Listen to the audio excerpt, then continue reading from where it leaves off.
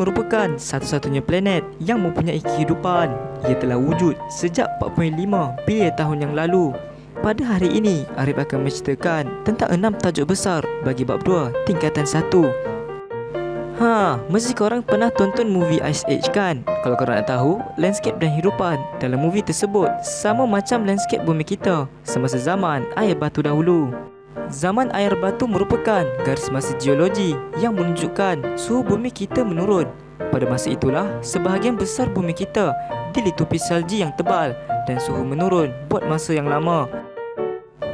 6 tajuk besar bab 2 tingkatan 1.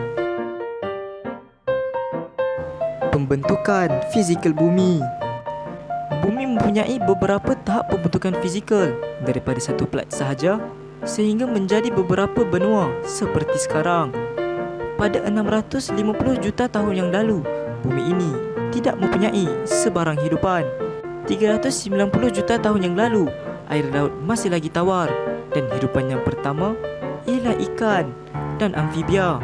Pada 195 juta tahun yang lalu, zaman Jurassik juga telah pun wujud. Dan inilah bumi kita pada hari ini. Cantikkan mata memandang. Zaman Miocene. Zaman ini merupakan zaman geologi pertama yang ada dalam tempoh Neogen. Ia telah berkembang dari sekitar 23 hingga 5 juta tahun yang lalu.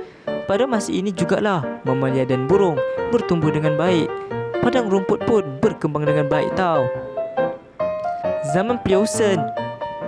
Zaman ini berlangsung sekitar 5.3 hingga 2.6 juta tahun yang lalu.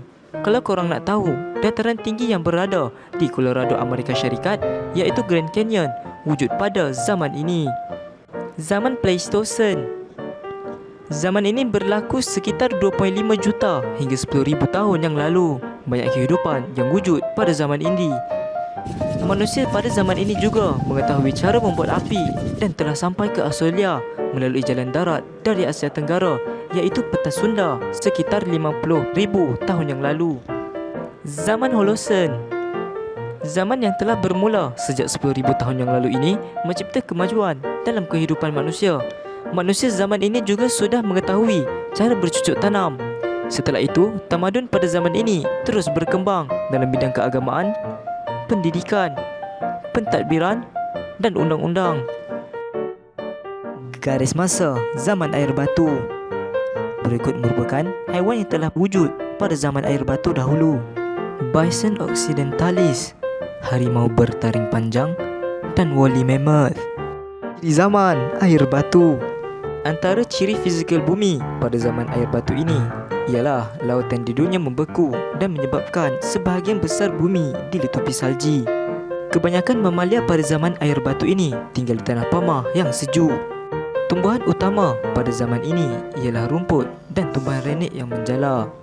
Suhu bumi pada zaman ini sangatlah sejuk kerana lautan telah pun membeku. Manusia pada zaman ini tinggal di kawasan tanah pamah dan hidup secara nomad. Pada zaman ini, paras air laut adalah rendah yang disebabkan oleh lautan yang telah membeku. Perubahan zaman air batu akhir. Antara perubahan pada zaman ini ialah pembentukan tasik-tasik air tawar. Bentuk saliran sungai juga telah pun berubah. Peningkatan suhu bumi yang mendadak menyebabkan pencairan glasier berlaku. Kesan perubahan zaman air batu ini menyebabkan pentas Sunda mula tenggelam. Kawasan pentas Sunda ini telah digantikan dengan Laut Cina Selatan yang menjadi pemisah di antara Sabah Sarawak dan Semenanjung Malaysia. Di akhir kalam, pengetahuan tentang perubahan dan sebab berlakunya zaman air batu ini dapat membantu kita mengetahui perkara yang berlaku di bumi kita sendiri. Memupuk sikap kasih sayang akan alam sekitar itu penting untuk memelihara bumi dan memastikan supaya ianya tidak berlaku dengan teruk. Semoga kita bertemu lagi. Jika ada umur yang panjang, bolehlah kita berjumpa lagi. Terima kasih kerana telah menemani Arif sepanjang video ini. Segala silap kata mohon dimaafkan. Semoga kita bertemu lagi di lain hari.